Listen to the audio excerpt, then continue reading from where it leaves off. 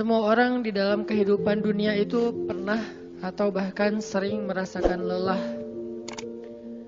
Karena dunia ini adalah tempat orang bermujahadah.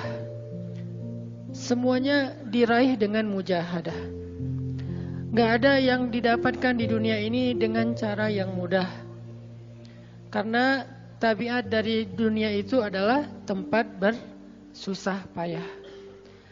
Fitrahnya dunia adalah tempat orang bercocok tanam, bukan memetik hasil.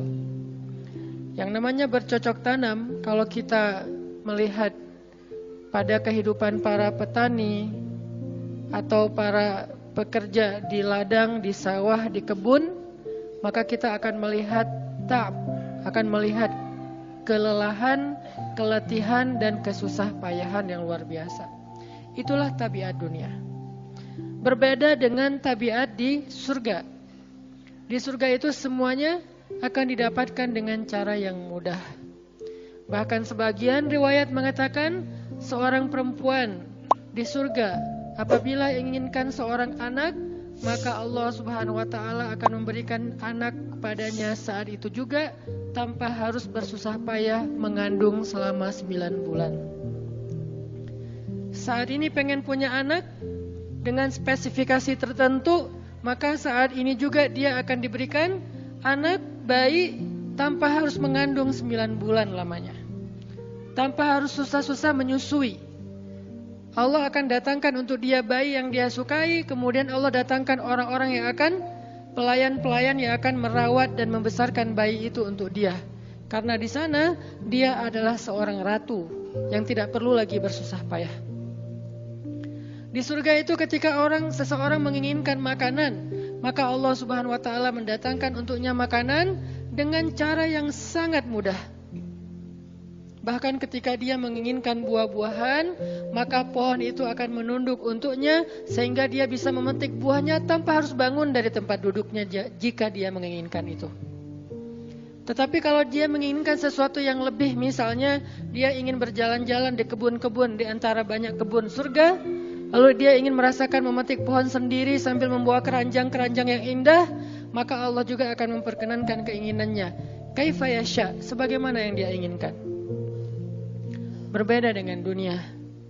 Di dunia, apapun yang kita inginkan itu harus melalui mujahadah, melalui ikhtiar. Bahkan ketika kita ingin menjadi orang yang sekedar tidur-tiduran pun, Allah Subhanahu wa taala mentakdirkan tidur pun lelah. Tidur aja capek. Duduk capek. Ada orang yang duduknya capek akhirnya dia berdiri. Ya. Ada orang yang capek berdiri akhirnya pengen duduk. Kapan duduknya capek pengen berdiri? Salah satu yang sering saya alamin itu kalau lagi naik pesawat. Apalagi pesawat penerbangan 9 jam, 10 jam itu pasti capek banget duduknya tuh. Sehingga kita menginginkan seandainya ada uang kita pengen duduk di kelas bisnis. Tapi karena nggak mampu membeli tiket yang 3 kali lipat lebih mahal di kelas bisnis, ya nggak apa-apa lah di kelas yang biasa ekonomi. Tapi ketika lelah 4 jam, 5 jam pesawat berjalan, itu udah luar biasa lelahnya, akhirnya berdiri mondar-mandir di antara lorong pesawat. Artinya duduk aja capek. Nggak ngapa-ngapain, suruh duduk doang. Nggak seperti orang dulu yang berangkat haji atau umroh, naik kapal, lewat darat, pas sampai di laut naik kapal dengan ontanya, dengan kudanya. Orang dulu mencari ilmu itu dengan mujahadah yang luar biasa. Dengan naik onta berminggu-minggu, ini naik pesawat cuma 9 jam, capek. Yang nggak ada guncangan, biasanya guncangannya cuma pas di awal sama pas mau landing doang. Di atas udah jarang ada guncangan karena dengan ketinggian tertentu dan pesawatnya besar. Tapi itu juga capek. Naik kereta coba. Dari Jawa ke Bandung misalnya. Sebutlah dari Semarang, dari Malang, dari Surabaya naik kereta 10 jam. Itu aja capek. Nggak usah jauh-jauh, Bandung Jakarta aja 3 jam setengah. Itu pun capek. Atau kita naik mobil, nggak perlu nyetir. Pakai online, duduk aja di belakang atau di sebelahnya si driver. Perjalanan setengah jam dari tempat kerja kita ke rumah atau dari rumah ke tempat kerja, ke kampus, ke sekolah gitu. Itu aja capek. Artinya dunia itu emang kayak gitu tabiatnya teman-teman. Tabiat dari dunia itu adalah lelah. Sehingga kalau ada orang yang menghindari capek dengan tidak ngapa-ngapain, itu hal yang agak klise dan naif. Bagaimana dia bisa menghindari lelah? Bagaimana dia bisa menghindari ta'ab? Bagaimana dia bisa menghindari bosan? Bagaimana dia bisa menghindari dalam keadaan susah payah? Sedangkan dia masih berada di sebuah tempat, bumi, dunia yang tabiatnya memang tempat bersusah payah dan lelah. Satu-satunya cara menghindari lelah yang tidak perlu lagi bersusah payah itu hanyalah masuk surga. Tetapi kan itu tidak terjadi sekarang. Kita harus meninggal dulu dan kita belum mau. Ada yang mau meninggal masuk surga sekarang? Kalau dijamin sih insya Allah ya. Masalahnya gak ada jaminan. Kalau para sahabat enak, mereka dapat jaminan. Surga Bilal, sebelum Bilal meninggal, Rasulullah udah bilang, Bima sabaktani ilal jannah ya Bilal. Dengan apa kamu mendahului aku ke surga wahai Bilal? Dengan wudu dan sholat syukur wudu. Begitu juga nanti ada sahabat lain yang dijamin masuk surga bighairi hisab wala azab. Salah satunya adalah Ukasyah. Kalau kita tidak ada jaminan apapun di akhirat, kecuali berikhtiar dan bermujahadah untuk bisa mendapatkan kebaikan sebanyak mungkin di sisi Allah.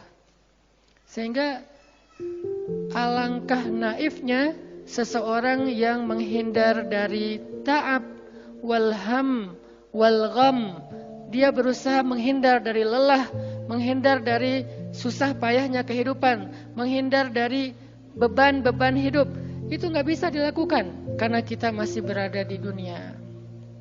Yang perlu kita sekarang coba pilih adalah kita mau lelah untuk hal yang sia-sia? Apakah kita mau lelah untuk hanya bersenda gurau?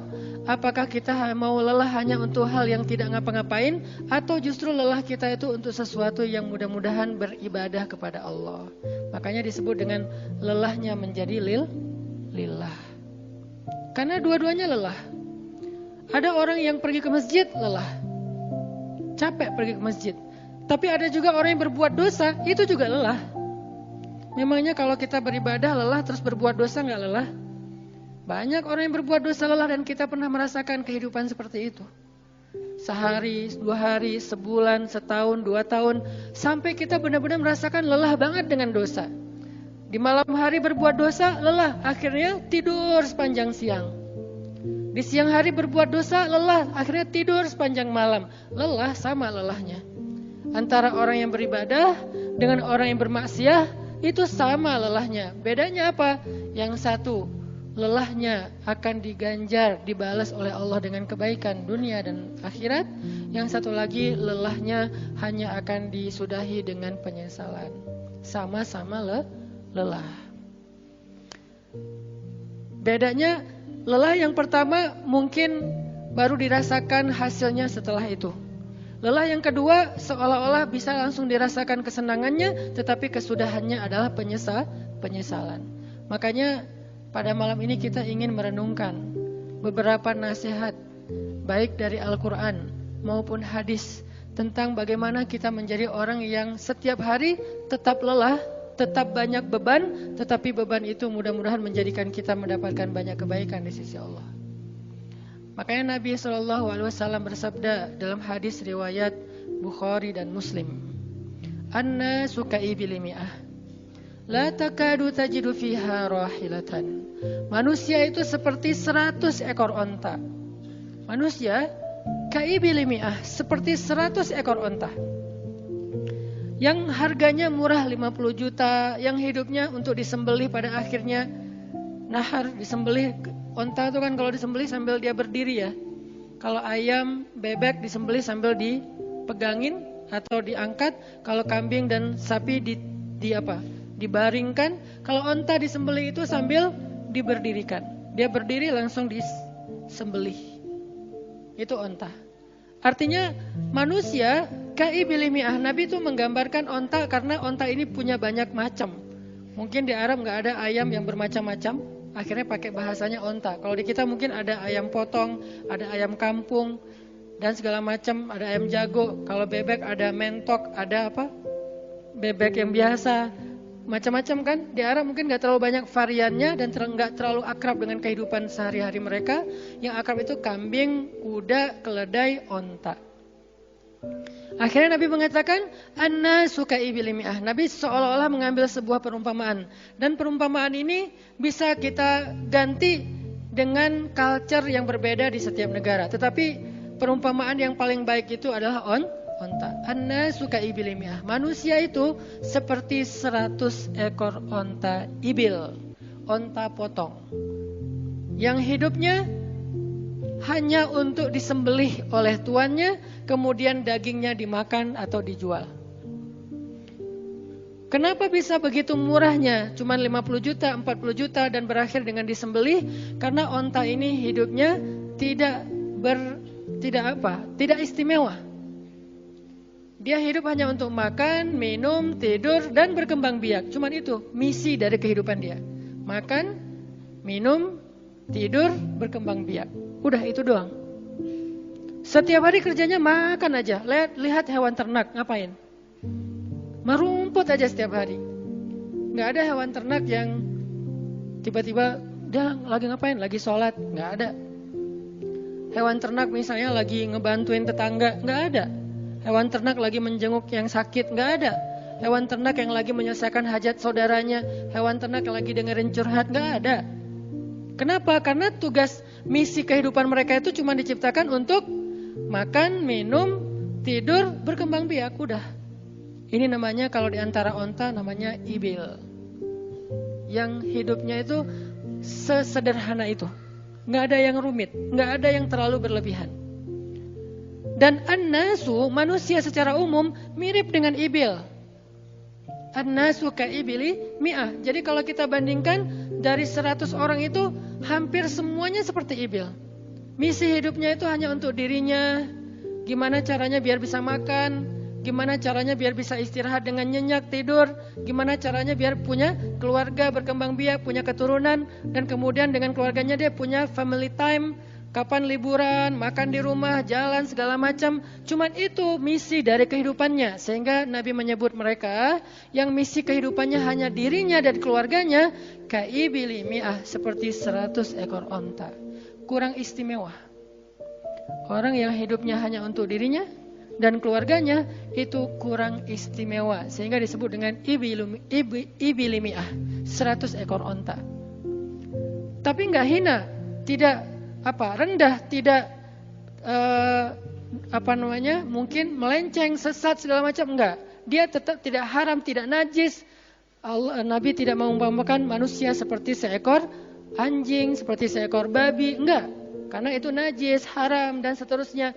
Onta, makhluk yang hewan yang baik, cuman tidak istimewa. Di sini tidak ada judgement. Nabi itu orangnya enggak suka menjudge.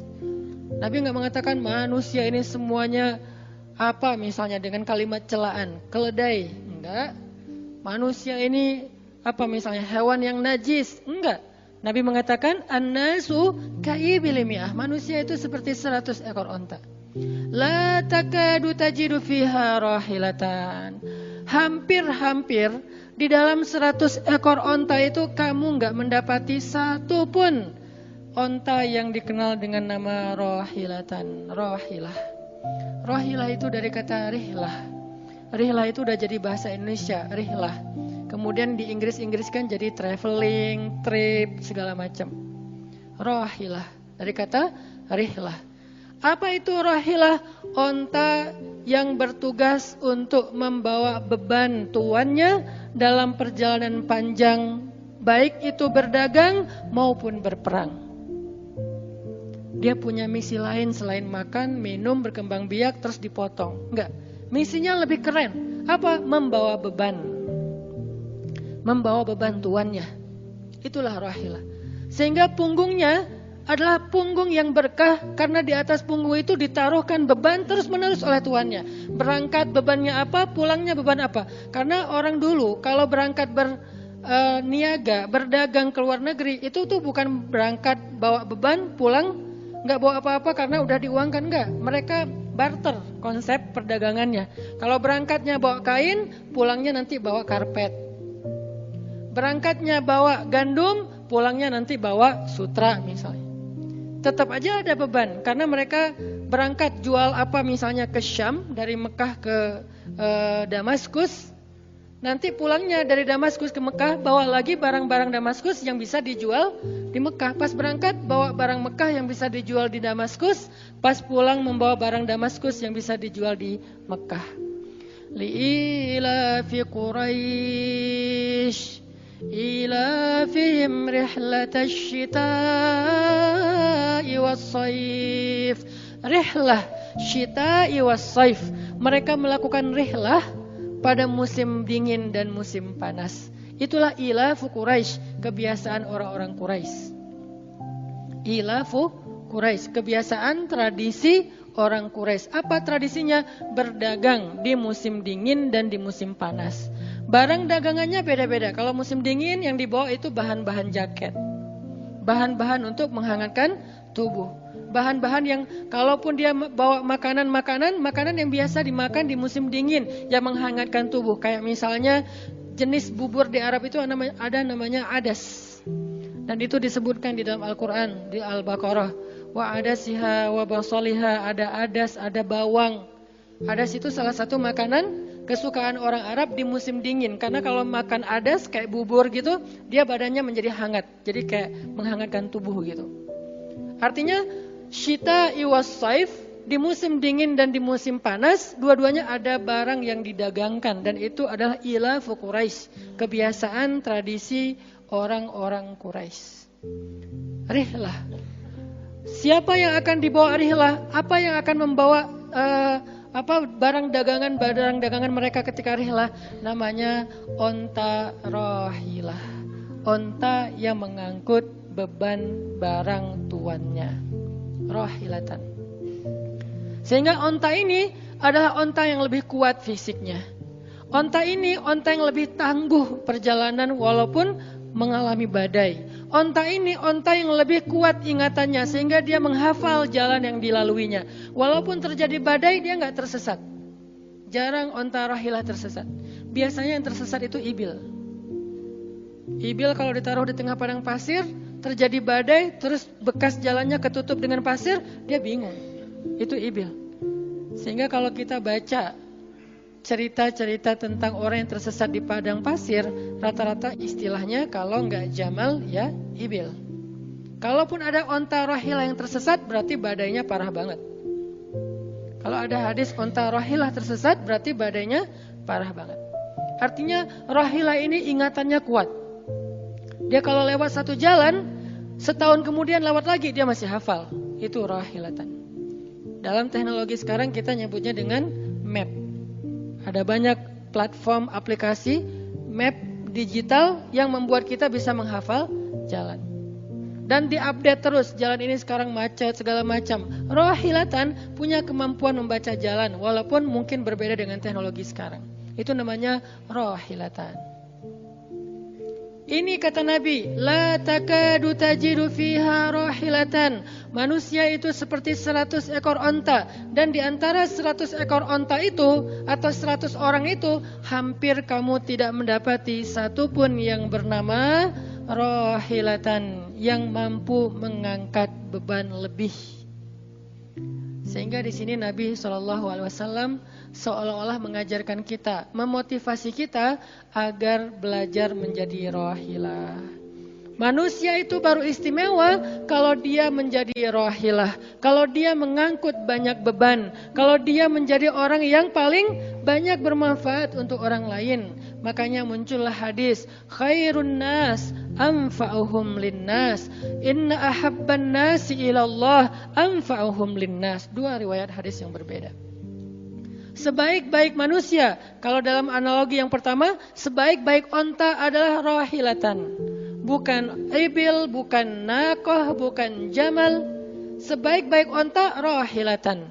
Kenapa kok rahilatan? Karena dia yang paling bermanfaat, soalnya dia yang paling banyak mengangkut beban. Sehingga dengan analogi tentang onta rahilah, kita menerjemahkan hadis khairun nas, sebaik-baik manusia dengan istilah khair. Arti khair itu memberi lebih, arti khair itu bermanfaat.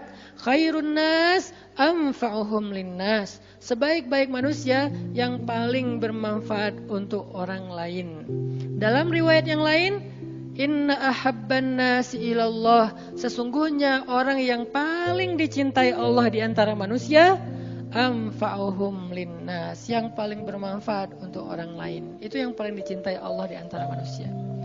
Muncul lagi hadis yang mirip, inna ahabbal a'mali ilallah sururun tudkhiluhu ala qalbi muslim. Sesungguhnya perbuatan, amal soleh, aktivitas, pekerjaan yang paling disukai Allah di antara yang kita lakukan dalam kehidupan sehari-hari adalah membahagiakan hati orang lain. Ini semuanya hadis-hadis yang memiliki makna yang sama, yaitu menjadi pengangkut beban. Lelah Ustadz, lelah. Nggak ngangkut beban, lelah juga. Ngangkut beban, lelah juga. Cuman bedanya, orang yang lelah tanpa mengangkut beban, hidupnya penuh dengan keluh kesah, tidak ada yang menghargai, tidak dimuliakan, akhirnya dia ngeluh. Ada kan banyak orang yang ngeluh karena merasa dirinya nggak dihargai orang lain? Tetap aja ngeluh. Ada juga yang ngeluh karena terlalu banyak beban. Padahal dua-duanya sama-sama ngeluh, kenapa nggak memilih yang lebih baik? Memangnya kalau kita nggak ngangkut beban, kita nggak akan berkeluh kesah, ngeluh. Ngeluhnya mungkin bukan capek, ngeluhnya nggak ada yang hargai. Dan itu udah sunnatullah, kalau kita pengen dihargai, pengen dimuliakan, kita harus menjadi orang yang paling rahilah, yang paling banyak ngangkut beban. Nggak bisa kita jadi ibil tapi pengen diperlakukan seperti rahilah, itu nggak bisa. Kita tuh ibil. Hidupnya untuk diri sendiri, nggak bantu siapa-siapa, nggak peduli dengan siapa-siapa. Harta kita nggak bermanfaat untuk orang lain, pikiran kita nggak bermanfaat untuk orang lain, lisan kita tidak bermanfaat untuk orang lain, wawasan kita tidak bermanfaat untuk orang lain. Apalagi tenaga kita nggak bermanfaat untuk orang lain, skill kita nggak bermanfaat untuk orang lain. Semua tentang diri kita hampir tidak bermanfaat untuk orang lain. Lalu kita ingin dihargai seperti orang yang paling bermanfaat. Ini naif, klise, nggak ada seperti ini, bukan sunnatullahnya. Karena seseorang itu diberi balasan sesuai dengan mujahadah. Al-jaza ala qadril masyaqqah, balasan tergantung susah payahnya dalam berikhtiar. Siapa yang mujahadahnya lebih, maka rewardnya lebih, jazanya lebih. Jadi saya kadang-kadang ngerasa, dulu saya juga pernah merasa kayak gitu. Kenapa kok dia dihormati saya enggak? Kita enggak boleh cemburu tanpa alasan. Seolah-olah misalnya harusnya hormati semua orang dong, enggak bisa. Itu udah fitrah manusia dan sunnatullah dalam kehidupan di dunia. Kalau kita pengen dihormati orang, kita harus menjadi rahilah. Kalau kita pengen dihargai orang, kita harus jadi rahilah. Nggak bisa kita berharap dihargai oleh pasangan kita atau calon pasangan kita, tapi kita nggak punya tanggung jawab, nggak bisa. Kalau teman-teman pengen dihargai oleh pasangan halalnya, teman-teman harus mengangkat tanggung jawab yang lebih berat daripada dia. Kalau dia yang capek, kita leyeh-leyeh aja di rumah, tapi kita minta dihargai, saya kan suami. Suami itu bukan status, suami itu peran. Ada orang dia jenis kelaminnya perempuan, tapi dia suami. Kenapa? Karena dia mengambil peran laki-laki. Dan itu saya melihat banyak perempuan seperti ini. Hebat. Dan memalukan bagi suaminya. Di beberapa tempat saya melihat suaminya di pagi hari gak kerja. Cuma nongkrong-nongkrong aja di warung. Ngopi juga itu ada uangnya, giliran untuk nafkah keluarga dia gak punya uang. Untuk ngopi, untuk rokok dia punya uang. Untuk anaknya nunggak sekolahnya. Untuk anaknya makanannya seadanya. Sehingga karena ini udah berjalan bertahun-tahun, akhirnya istrinya udah nggak sanggup lagi berharap kepada dia, minta cerai juga nggak dicerai-ceraikan, akhirnya istrinya ikhtiar sendiri. Istrinya jadi pembantu rumah tangga, istrinya jadi kerja ke luar negeri. Saya beberapa kali ke Hong Kong, hampir tiap 4 bulan sekali ke Hong Kong, dan selalu mendengar cerita teman-teman di Hong Kong, para pejuang-pejuang di Hong Kong itu kan 99%-nya perempuan ya. Hong Kong itu 99% lebih perempuan. Beda kan sama Taiwan, Korea itu laki-laki dan perempuan agak imbang lah. Tapi kalau Hong Kong itu bisa dibilang dari 100 pekerja 99 orangnya bahkan lebih adalah perempuan. Dan semua mereka punya masalah yang hampir sama di negerinya, di kampungnya. Masalahnya mereka terpaksa untuk berangkat ke luar negeri karena ada yang demi membiayai sekolah anak-anaknya, single parent. Kemana suaminya? Suaminya pergi dan tidak bertanggung jawab. Atau suaminya ada tapi tidak mampu mencari nafkah. Terpaksa dia kerja ke luar negeri dengan segala macam resiko. Dan banyak banget kasus di Hong Kong. Siapa juga yang mau jauh-jauh dari keluarganya, apalagi punya anak masih kecil ya. Kemarin kita baru dengar cerita seorang anak yang harus merawat ayahnya yang sakit kanker gara-gara di rumahnya nggak ada siapa-siapa. Ibunya berjuang di luar negeri. Kenapa? Karena suaminya sakit. Kalau ini masih bisa kita pahami lah. Tapi kemana pamannya misalnya? Kemana misalnya kakaknya? Nggak tahu punya kakak atau gimana. Nggak tahu kondisi pamannya. Yang jelas bahwa ternyata kita itu dihargai itu bukan karena kita berstatus suami. Kita dihargai karena kita berperan sebagai suami. Bukan berstatus sebagai suami. Kalau suami pengen dihargai, ambillah peran suami. Laki-laki pengen dihargai, ambillah peran laki-laki. Apa peran laki-laki? Tanggung jawab. Ambil sebanyak mungkin. Kalau kita udah menikah, tanggung jawab kita itu kalau mau lebih, jangan cuma istri. Ambil keluarga istri untuk kita ambil tanggung jawabnya. Adiknya istri, mungkin keluarga istri kita nggak mampu. Adiknya kita sekolahin. Mertua sakit, kita biayain.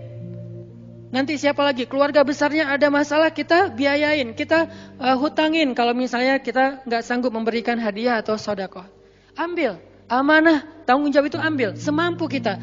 Itulah contoh Rasulullah SAW. Makanya Nabi ketika sudah menikah dengan Khadijah, yang tinggal di rumah Nabi itu bukan cuma anak kandung beliau, ada anak angkatnya Zaid bin Harithah, ada sepupunya Ali bin Abi Thalib. Ada banyak lagi keluarga besar Khadijah yang tinggal bersama Nabi. Sehingga rumah Nabi itu adalah rumah yang banyak sekali orang-orang yang ditampung oleh beliau. Itu yang disebut dengan anfa'uhum linnas. Ambil tanggung jawab yang besar. Sehingga Khadijah tuh respect banget sama sosok Nabi Muhammad. Bahkan sebelum Nabi dapat wahyu. Sehingga gak disebut Nabi. Respect sama sosok seorang Muhammad. Apalagi setelah beliau dapat wahyu, beban beliau bukan lagi keluarganya sekarang. Beban beliau adalah umatnya. Yang diurus oleh Nabi bukan lagi keluarga sekarang setelah dapat wahyu. Umat. Dan umat di sini lintas nasionalisme. Ada yang datang dari Persia, namanya Salman Al-Farisi. Ada yang datang dari Romawi, namanya Suhaib Ar-Rumi. Ada banyak sahabat-sahabat yang lintas kabilah, bukan hanya orang Quraisy. Ada yang datang dari Yaman, termasuk Sumayyah dengan Yasir, keluarga yang pertama syahid dalam Islam. Ini dari Yaman. Kemudian pindah lagi ke Madinah yang bukan orang-orang Quraisy. Di sana ada Bani Mudhar dari kabilah Aus dan Khazraj. Nanti berkembang lagi sampai ke Asia, Eropa dan seterusnya. Inilah bebannya Rasulullah SAW. Sehingga Allah menyebutnya dengan istilah rahmatan lil alamin. Rahmah. Tahu arti rahmah? Rahmah itu kasih sayang. Maksud kasih sayang, memberi sayang. Kasih sayang, bukan minta disayangi. Jadi kalau kita mau berkasih sayang, ya kasih sayangnya. Jangan sayangi saya dong. Itu bukan kasih sayang, namanya terima sayang. Bukan kasih sayang, terima sayang. Minta sayang. Itu namanya bukan rahmah, bukan mawaddah. Yang namanya rahmah, kasih sayangnya. Kalau kita nggak punya sayang, berarti kita nggak punya rahmah. Apa bentuk sayang kita? Perhatian. Apa bentuk sayang kita? Perasaan. Apa bentuk sayang kita? Dengan harta. Itu sayangnya. Dan Nabi, wa ma arsalnaka illa rahmatan lil alamin. Tidaklah kami mengutus engkau Muhammad kecuali untuk menjadi kasih sayang kepada alamin. Arti rahmah dalam tafsiran yang lebih luas, menyelesaikan hajat manusia seluruh alam. Seluruh alam. Itulah kenapa Nabi Muhammad menjadi orang yang paling mulia. Karena yang diambil bebannya itu bukan satu keluarga Khadijah. Bebannya itu bukan satu kota Makkah. Bebannya itu bukan cuma orang Arab. Alamin. Sehingga Allah mengatakan, wa rafa'na laka dzikrak. Kami angkat engkau menjadi manusia yang paling mulia. Karena beban yang diambilnya paling berat. Apa beban Nabi? Apakah cuma ceramah? Enggak cuma ceramah. Kalau cuma ceramah gampang. Saya pernah menjadi penceramah dan saya pernah menjadi programmer dalam dakwah. 8 tahun saya ceramah di Bandung. Gampang banget. Dan kalau mau nyaman jadi ustadz, mending saya jadi penceramah aja. Gampang banget. diundang-undang. Ustadz mau dijemput? Ya jemput dong, jemput. Ya, Ustadz kan dijemput. Jarang kita jalan sendiri, seringnya dijemput. Dan karena dia pengen memuliakan kita, dia cari di tempat itu siapa yang punya mobil paling bagus untuk menjemput Ustadz. Kalau di kampung, cari siapa yang punya mobil baru yang tahun misalnya 2018 lah, kalau nggak ada 2019. Saya punya, ya udah pinjam ya untuk jemput Ustadz. Oh boleh saya senang, jemput. Kalau perlu yang punya mobilnya sekaligus jadi supirnya, jemput Ustadz. Enak jadi penceramah. Jemput, tunggu di depan rumah, nggak langsung ketok. Kenapa? Nggak enak mau ngetok, biar Ustadznya santai aja. Ustadznya keluar dibukain pintu. Terserah mau duduk di depan, duduk di tengah. Kalau Ustadznya duduk di tengah, nggak ada yang di sebelahnya, kosong. Mau goler-goler, mau jungkir balik, bebas. Ustadz, saya pernah ngalamin masa kayak gitu. 8 tahun, mudah banget, diundang-undang. Semua wajah tersenyum, gak ada yang cemberut, namanya juga Ustadz. Selamat datang Ustadz, alhamdulillah bisa ketemu sama Ustadz, silakan. Duduk dikasih makanan yang paling baik. Dihidangkan segala macam, minuman aja 5 jenis. Sampai bingung nih mana yang mau diminum. Ustadz mau apa? Kadang-kadang beberapa teman-teman panitia yang sangat udah pro banget nanya. Ustadz itu nanya ke asisten lah atau siapa manajemen, kalau dia punya manajemen. Ustadz tuh sukanya makanan apa? Disediakan makanan kesukaan Ustadz. Kalau ke Bandung Ustadz senangnya makan apa? Disediakan makanan khas Bandung kesukaannya Ustadz. Dicari dari restoran terbaik yang ada di kota itu. Ini perlakuan terhadap Ustadz. Nyaman banget kalau ceramah tuh. Ceramah berapa lama? Terserah Ustadz. Kalau lagi mood 3 jam. Kalau enggak lagi mood 45 menit. Ustadz kok ceramahnya cuma sebentar? Saya lelah sekali. Oh enggak apa-apa Ustadz, istirahat ya Ustadz, sehat terus ya Ustadz, doain. Pulang dianterin. Maaf dikasih amplop, transport segala macam. Kadang-kadang wah ngasihnya cukup untuk 2 bulan makan. Masya Allah enak. Kalau cuman yang disebut dengan rahmatil alamin itu cuman ceramah, itu bukan rahmatil alamin. Walaupun itu salah satu kebaikan. Tapi kemudian setelah 8 tahun saya berdakwah dengan ceramah, saya mengubah konsep dakwah saya menjadi programmer. Memprogram masjid. Al-Latif. Saya ngomong dengan Pak Iman beri saya kesempatan memprogram Al-Latif. Bikin gerakan, bikin dakwah. Bukan masjid yang memprogram, kemudian Ustadz mengisi. Itu salah. Menurut saya, keliru kalau masjid membuat program, Ustadz cuma mengisi program itu. Keliru. Ustadz yang program, masjid fasilitasi, nanti insya Allah akan berkah. Alhamdulillah Pak Iman, Ketua DKM Al-Latif sepakat. Ya udah Ustadz silakan, mangga. Dikasih waktu 2 tahun. Kalau nggak ada perubahan diambil alih. Dalam 2 tahun kita coba program dari awal. Bikin gerakan anak muda, pemuda hijrah lahir waktu itu. Mulai programming, gimana caranya biar masjid rame. Dari yang cuma 20 orang kajian setiap Rabu malam, dari dulu udah Rabu malam. Yang hadir berapa orang? 20 orang. Kalau Persib lagi main, libur. Semua pada nonton. Malah sering lagi libur. Kadang-kadang Persib nggak main. Terus yang main siapa? Yang main Piala Eropa kah, Piala Champion kah, Liga Eropa, Piala Dunia, libur. Akhirnya berkembang pelan-pelan jadi setengah masjid. Satu masjid, membludak keluar masjid, sampai ke Jalan Cendana. Akhirnya pindahlah ke masjid ini. Kenapa? Karena udah nggak nampung. Nggak enak juga dengan tetangga, karena parkirnya kemana-mana. Kan kita pindah ke sini karena Al-Latif nggak nampung. Nah, ketika dakwah berubah menjadi programmer, bebannya beda. Udah nggak kayak dulu, enggak, beda. Pergi taklim, pergi sendiri. Bahkan berkorban dengan harta sendiri, bareng-bareng dengan teman-teman. Semuanya lelah, kita meeting sampai tengah malam. Emangnya gampang membuat tren hijrah? Gak mudah teman-teman. Kita harus meeting, mikirin. Sekarang tambah lagi beban yang lain. Barisan Bangun Negeri. Para ustadz berkumpul, bikin gerakan bersama. Kita bikin Barisan Bangun Negeri. Dikasih amanah untuk jadi amirnya. Mikirin apa yang harus kita lakukan. Program pertama saya bilang less waste. Isu lingkungan. Kenapa? Kita pengen jadiin masjid sebagai 911. Tapi pelan-pelan, gak bisa langsung. 911 ini nanti kalau ada masalah di masyarakat, tetangga masjid yang ditelepon masjid. Anak saya sakit, telepon masjid. Ada yang meninggal, telepon masjid. Ada yang pingsan, telepon masjid. Ada yang baru diputusin, telepon masjid. Sampah ini udah darurat. Bandung ini hanya batas deadline penanganan sampah kita kalau kata Pemkot itu sampai 2023. Kalau kita nggak punya alternatif, ini akan jadi masalah besar. Jakarta, saya kemarin ke Jakarta sampai 2022, lebih cepat sedikit daripada Bandung. Artinya mereka hanya bisa menampung sampah sampai 2022. Sisanya kalau nggak ada solusi alternatif, maka akan terjadi masalah besar, tumpuk sampah di depan rumah masing-masing selama nggak usah sebulan, seminggu aja gimana rasanya? Nggak ada yang ngambil sampah di depan rumah kita. Seminggu aja. Petugas sampah nggak ngambil sampah di depan kos-kosan, di depan rumah.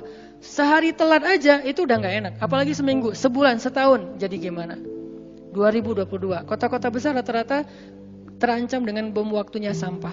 Kita angkat less waste supaya masjid menjadi salah satu media komunikasi antara Pemprov, Pemkot, pemerintah kepada publik. Kenapa? Soalnya trust publik kepada masjid itu bagus. RT RW bikin program pungut sampah kayak edukasi dan campaign tentang sampah, yang datang sedikit. Kalau RT RW bikin program hari Minggu yuk kita bikin gerakan pungut sampah, sedikit yang datang. Tapi masjid bikin taklim, yang datang ribuan, apalagi 2-3 tahun terakhir alhamdulillah luar biasa, sehingga masjid punya potensi untuk mengkomunikasikan masalah ini kepada publik. Saya ajaklah teman-teman yuk kita bikin isu sampah dimulai dari masjid. Jalan 2 Bandung, Bintaro udah jalan. Next mau kita jalankan di Jogja, di Malang dan di Pontianak. Seluruh masjid di Indonesia. Programming, mikir, harus ketemu dengan beberapa orang, dan habis waktu saya dalam beberapa tahun terakhir bukan untuk dakwah tablik, makanya udah jarang ceramah. Teman-teman kalau ngelihat ceramah Hanan Ataki di Bandung cuma sekali seminggu, itu juga kalau nggak libur ya. Kajian Rabu malam. Ustaz Hanan selain Rabu malam ngapain sih? Ustaz kosong nggak? Kosong, saya bilang. Kenapa nggak mau ngisi jadwal? Kosong dari taklim tapi nggak kosong dari aktivitas. Sehari meeting bisa 5 kali. Dulu saya pernah yang kalau bahasa teman-teman tuh ngeprank jamaah, bukan ngeprank sebetulnya. Katanya Ustaz nggak datang, tiba-tiba datang kan? Itu tuh meeting 5 kali sehari, dari pagi, siang, sore, menjelang maghrib, baru beres isya. Meeting dengan siapa aja Ustaz? Banyak hal yang harus kita bereskan untuk bisa memunculkan satu program kecil. Akhirnya beres isya, saya bilang masih ada jamaah enggak? Sebagian udah pulang Ustaz, tapi yang lain masih pada nunggu, kasihan. Ya udah saya jalan aja ke sini naik motor, sampai di sini isya baru ngisi kajian. Artinya ternyata bebannya beda. Tapi rohilatan, itu yang disebut dengan dakwahnya Nabi. Saya baru mengambil sebagian kecil dari banyak varian dari dan instrumen dakwah Nabi, itu cuma sebagian kecil. Memprogram, baru masjid. Nabi itu alamin loh. Gimana mengubah kota Makkah yang dulunya kemusyrikan merajalela, perzinahan merajalela, kemudian anak perempuan dibunuh karena dianggap membawa sial, riba luar biasa, banyak yang dibunuh gara-gara gak mampu membayar hutang, dan perbudakan, dan banyak lagi masalah sosial. Bukan hanya masalah akidah dan ibadah. Akidah dan ibadah itu adalah inti masalahnya, kemudian merembet ke masalah sosial, biasanya kayak gitu. Kalau akidahnya melenceng, biasanya sosialnya rusak. Walaupun gak selalu kayak gitu juga sih. Karena ada di beberapa negara yang akidahnya mereka syirik, tapi sosialnya bagus. Walaupun ada problem sosial lain yang mungkin gak perlu dibahas di sini. Yang jelas awalnya berawal dari kemusyrikan, kemudian berkembang menjadi masalah ekonomi, sosial, dan seterusnya. Nabi menyelesaikan masalah kota Mekah. Gimana caranya? Mekah yang tadinya kota yang jahiliyah menjadi kota Islamiyah, kota yang Rabbaniyah, kota yang penuh dengan kebaikan. Madinah yang tadinya kota yang penuh dengan sampah, Yathrib berubah menjadi kota Munawwarah. Sekarang udah nyampah lagi. Di zaman Nabi itu benar-benar Madinah Munawwarah. Sekarang mungkin gak sebagus di zaman Nabi, cuman bangunannya doang yang megah, tapi secara lingkungan, secara sosial gak sebaik zaman dulu lah. Kalau bangunan itu kan bukan indikasi peradaban ya. Karena kita pernah mengalami masa peradaban Islam yang keren, gak ada tuh bangunan pencakar langit seperti Dubai.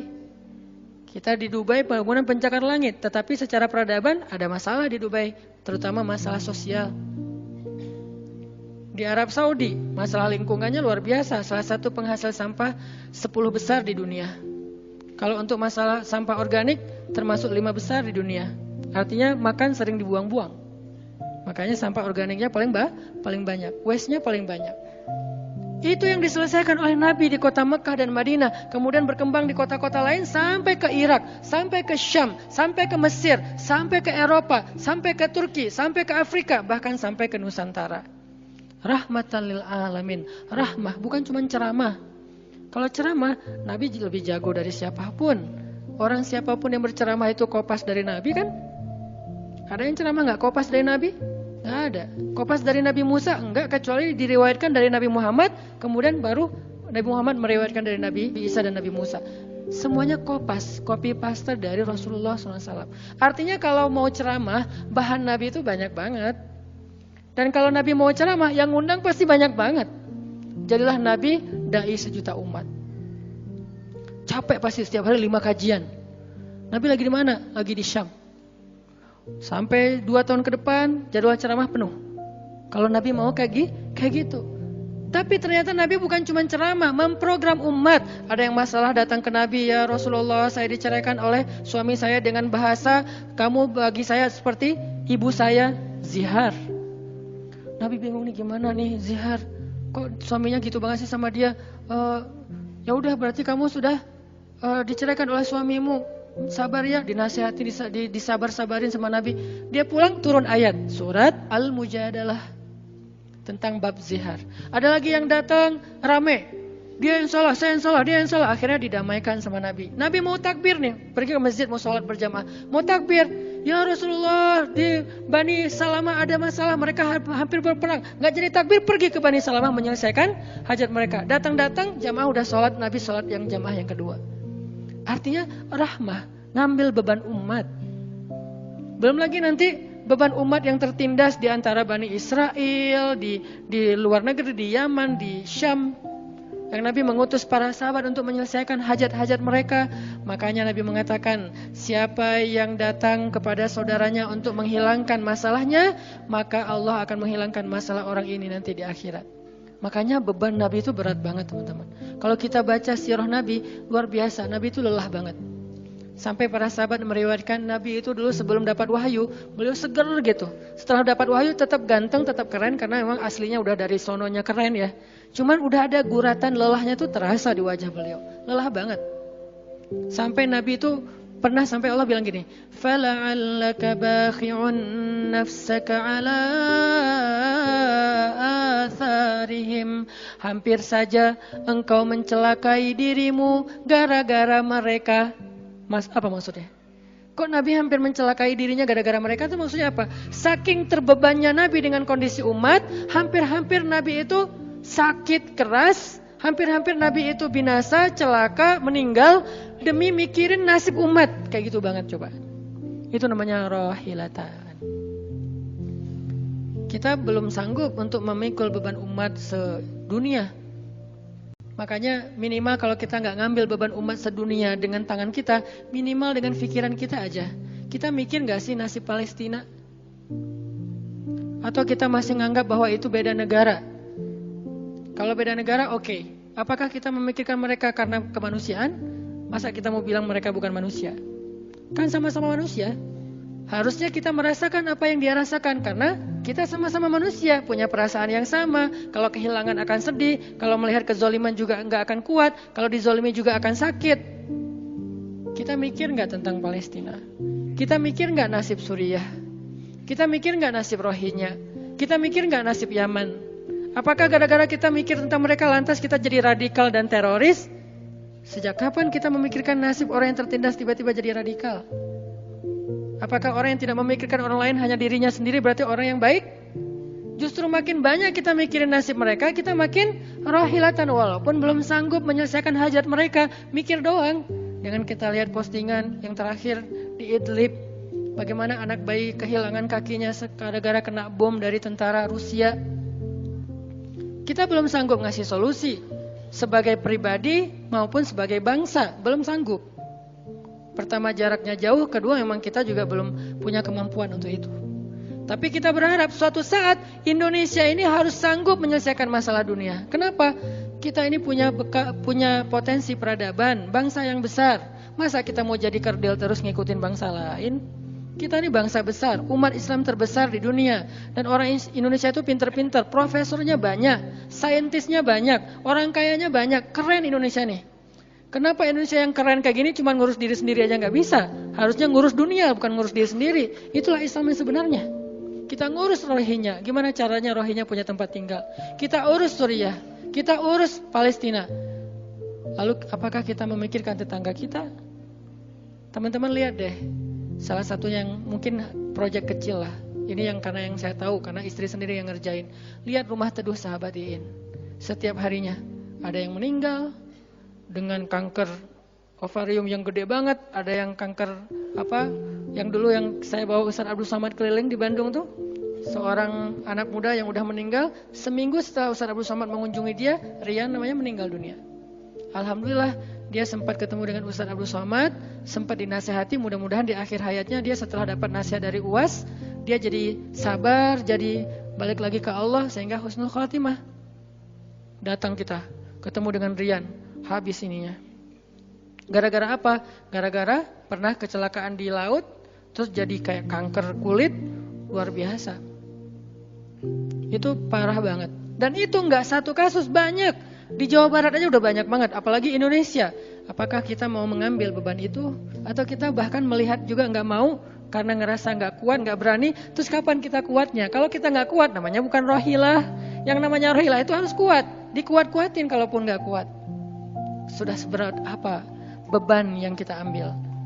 Selain, dan itu enggak bisa bahasanya, diambil sebagian, dibuang sebagian yang lain, enggak. Minimal kalau yang di dekat kita mengambil bebannya sampai menyelesaikan hajatnya. Dengan harta mungkin, dengan skill, dengan network, dengan minimal dengan sosial media. Kita repost, ya ada yang bisa bantu ini, enggak. Kalau yang di luar negeri, karena kita enggak sanggup menyelesaikan, minimal dengan pikiran dan doa. Kasihan ya mereka, doain terus. Karena doa kita itu ngaruh. Jangan berpikir mendoakan mereka itu enggak ngaruh, ngaruh itu. Mempercepat datangnya pertolongan Allah. Minimal dengan doa kita, Allah kuatkan hati mereka. Minimal. Dengan doa kita, Allah kuatkan hati saudara kita di Yaman, yang kelaparan, di Syam, di Palestina, di Rohingya, di Turkistan, yang masih dalam campnya orang-orang komunis. Minimal doa kita menguatkan hati mereka, kan berarti membantu. Ada orang yang ketika dapat musibah, kita datang gak bisa ngasih solusi. Tapi begitu kita nasihati, lalu kita doakan, itu udah membantu dia, minimal hatinya jadi lapang. Kemudian kita doakan, dia merasa diperhatikan. Bukankah itu sebuah bantuan? Dan itu rahilah. Semuanya aja yang di luar negeri kita pikirkan, apalagi yang di dalam negeri, semampu kita. Makanya nama barisan kita tuh Barisan Bangun Negeri. Kalau ditanya, apa Ustaz tujuan bikin gerakan Barisan Bangun Negeri? Ya bangun negeri. Masa masih ditanya ya? Karena masih ada yang nanya, ngapain sih tuh ustaz-ustaz ngumpul mau bangun negeri? Itu udah jelas dari namanya juga. Terus santrinya ngapain? Namanya Santri Bangun Negeri. Ustadznya Barisan Bangun Negeri, ada 2 nama. Para guru, saya pelan-pelan pengen ngumpulin para guru-guru yang seleting. Supaya kita barengan. Ngumpulin pelan-pelan. Namanya Barisan Bangun Negeri. Nanti teman-teman yang ngikutin para guru, para santri, namanya Santri Bangun Negeri. Jadi kalau ditanya mau ngapain, mau bangun negeri. Programnya apa? Pertama, program isu lingkungan. Nanti naik lagi isu sosial. Naik lagi isu healthcare, kemanusiaan, kesehatan, dan seterusnya. Kan itu tugas pemerintah. Kita gak mau menyalahkan siapapun. Udah capek berdebat. Tugas kita sekarang, siapa yang pengen jadi rohilah. Itu yang dilakukan para guru kita sekarang, teman-teman. Di Barisan Bangun Negeri. Mikir. Kemarin saya 40 jam gak tidur. Dari Bandung ke Jogja. Di Jogja ada acara, udah beres acara, kita ada meeting yang penting banget, yang bikin saya sesak sampai sekarang. Itu ada diskusi yang saya tidak bisa sampaikan ke publik. Itu diskusi dari jam 11 malam sampai jam 3:30 subuh. Kenapa diskusinya sampai malam, Ustaz? Karena besok kita semuanya udah pada bubar. Udah pada pulang masing-masing ke negerinya, sehingga gak sempat ketemu. Ketemunya kita cuman malam Selasa. Selasa subuh pesawatnya udah mulai ada yang pesawat jam 5, jam 6, jam 7. Jadi malam itu harus kita selesaikan meeting kita. Meeting lah kita sampai jam 3:30 subuh. Beres meeting langsung ke bandara. Saya dengan salah satu ustadz ke bandara berdua, naik flightnya pas bareng. Belum selesai tadi meeting lagi di pesawat. Dari Jogja ke Jakarta. Di Jakarta saya ketemu dengan beberapa teman-teman yang pengen mendukung program pesantren yang sedang kita dari setahun yang lalu ingin kita buat, tapi juga belum cukup untuk membebaskan lahan. Karena kita butuh 15 M membebaskan lahan. Alhamdulillah udah terkumpul sekitar 2 M, masih jauh dari target. Baru membebaskan lahan, belum membangun. Akhirnya bahasa istri saya ngamen di Jakarta dari pagi, siang, sore, malam pulang.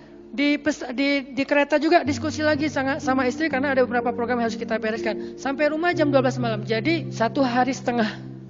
Hampir 2 kali 24 jam baru istirahat. Itu kalau programming. Beda dengan ceramah. Diundang ke Jogja. Ustaz, ceramahnya di Jogja. Oke, jam berapa? Isya. Ya udah saya datangnya maghrib. Terbang jam 5 sampai di sana maghrib. Ceramah, beres ceramah, saya tidur. Gampang kan? Beres ceramah jam 11 malam, balik ke hotel. Dipesankan hotel sama panitia. Hotelnya mau yang gimana Ustaz? Terserah, yang dekat-dekat aja biar nggak capek di jalan. Oh ya Ustaz, dikasih hotel biasanya yang enak, yang deluxe. Masuk ke hotel, mandi air hangat. Ya, beres mandi air hangat, pesan makanan online. Karena tadi belum makan, misalnya kalau telat makan juga, pesan datang ke kamar. Kadang-kadang saya cuma pesan 1 jenis, mereka pesan 3 jenis. Saya belum makan, lapar, boleh nggak pesan sate? Oh boleh Ustaz. Datang sate, datang mie godok, datang apa, banyak. Semuanya ditaruh di depan kamar. Ustaz, ini udah ada makanannya. Masya Allah makanannya banyak gini. Kalau cuma ceramah, habis makan jam 12, tidur. Bangun sholat subuh, beres subuh, olahraga. Ya, karena di hotel, treadmill. Beres treadmill, berenang. Beres berenang, breakfast. Beres breakfast, terbang ke Bandung. Kan enak ya? Kalau cuman ceramah. Jadi kerjanya cuman 1,5 jam pas ceramah. Itu juga santai. Namanya juga ceramah gampang. Tapi kalau programming, buat program, kayak tadi ceritanya, meeting, gak beres-beres. Sampai enak dengan meeting. Kopi entah berapa gelas. Ada yang digulaan, ada yang gak digulaan. Ada yang pakai susu, ada yang gak pakai susu. Sampai diistilahkan yang gak pakai susu, kopi akhi. Yang pakai susu, kopi ukhti. Semua jenis kopi. Artinya rohilatan. Ternyata memang benar kata Nabi, manusia itu seperti 100 onta, sedikit yang rohilatan. Makanya sekarang kita mau milih mau jadi rohilatan atau mau jadi 100 onta. Dimulai dari hal yang kecil. Saya ngajak teman-teman, yuk kita jadi rohilah, kita angkat beban negeri kita, beban bangsa kita. Saya pengen banget masjid itu jadi kayak rumah teduh.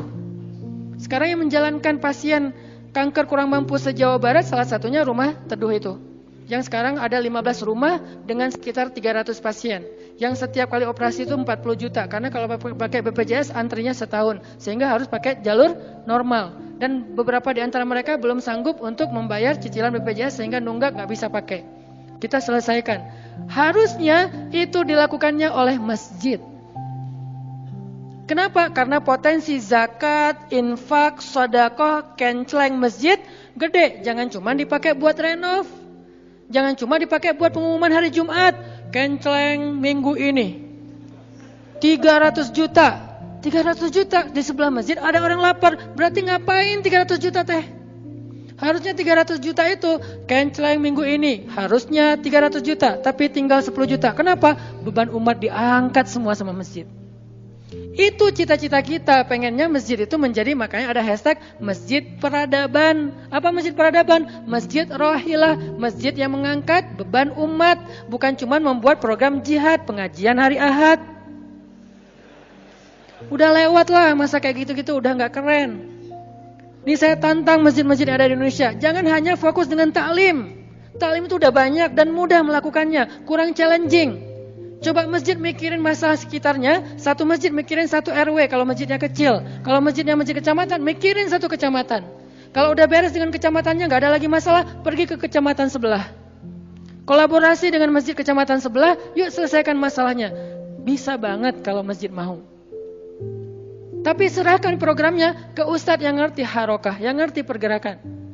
Dan sekarang udah banyak ustadz yang ngerti pergerakan. Baru kita akan melihat Indonesia yang luar biasa. Terus apa yang bisa kami lakukan Ustadz? Yuk bareng-bareng dengan saya, dengan pemuda hijrah, dengan para guru barisan bangun negeri, kita bangun deh Indonesia semampu kita. Dengan apa? Dengan skill kita masing-masing, dengan potensi kita masing-masing. Ada yang punya harta dengan hartanya, ada yang punya kemampuan skillnya dengan skillnya. Saya udah berkali-kali menjelaskan, skill itu untuk dakwah penting, bukan hanya penceramah. Nah, mau nggak nih teman-teman?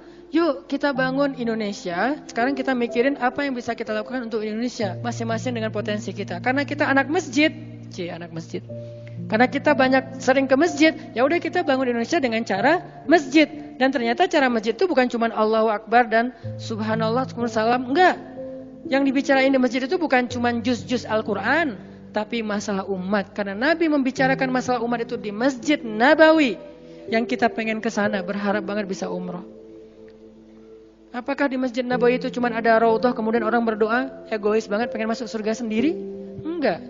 Di raudhah itu Nabi dengan Jibril bicara tentang umat. Gimana caranya umat ini selesai masalah mereka. Sampai ke penjuru dunia. Yang terjajah dibebaskan dari penjajahan, yang terzolimi dibebaskan dari kezoliman. Itu namanya rahilah. Saya yakin di sini banyak potensi dan skill yang keren-keren. Coba berikan skillnya untuk dakwah. Dedikasikan skillnya untuk agama. Yang kalau kita dedikasikan untuk agama, insya Allah untuk bangsa dan negara udah pasti. Karena agama kita itu bukan agama ritual. Agama kita ini adalah agama kehidupan. Sehingga yang ada di dalamnya bukan cuma bab sholat, tetapi juga bab orang sakit. Dan kita tahu banyak hadis tentang itu. Bab lingkungan, dan kita mulai tahu hadis-hadis tentang itu. Yuk kita dedikasikan skill kita, potensi kita, harta kita untuk agama Allah. Kita angkat beban umat bareng-bareng. Karena kalau saya ngangkat sendiri, saya paling-paling ngangkat sanggupnya itu 100 kilo. Itu juga udah ngos-ngosan. Tapi kalau kita ngangkat bareng-bareng, bisa bertonton beban umat kita angkat. Mudah-mudahan dari kajian mager ini, mudah-mudahan kelak kita bisa menjadi orang yang mudah bergerak, sanggup bergerak, dan geraknya bersama-sama. Barakallahu fikum. Billahi taufiq wal hidayah. Allahumma inna nas'aluka ridhaka wal jannah wa na'udzu bika min sakhatika wan nar. Allahumma a'inna ala dzikrika wa syukrika wa husni ibadatik. Rabbana habbib ilainal iman wa zayyinhu fi qulubina wa karrih ilainal kufra wal fusuqa wal isyan waj'alna minar rasyidin. Rabbana atina min ladunka rahmah wa hayyi' lana min amrina rasyada. وهيئ لنا من أمرنا رشدا وهيئ لنا من أمرنا رشدا واجعل لنا من كل ضيق مخرجا ومن كل هم فرجا ومن كل عسر يسرا ربنا آتنا في الدنيا حسنة وفي الآخرة حسنة وقنا عذاب النار وصلى الله على سيدنا محمد وعلى آله وصحبه أجمعين والحمد لله رب العالمين.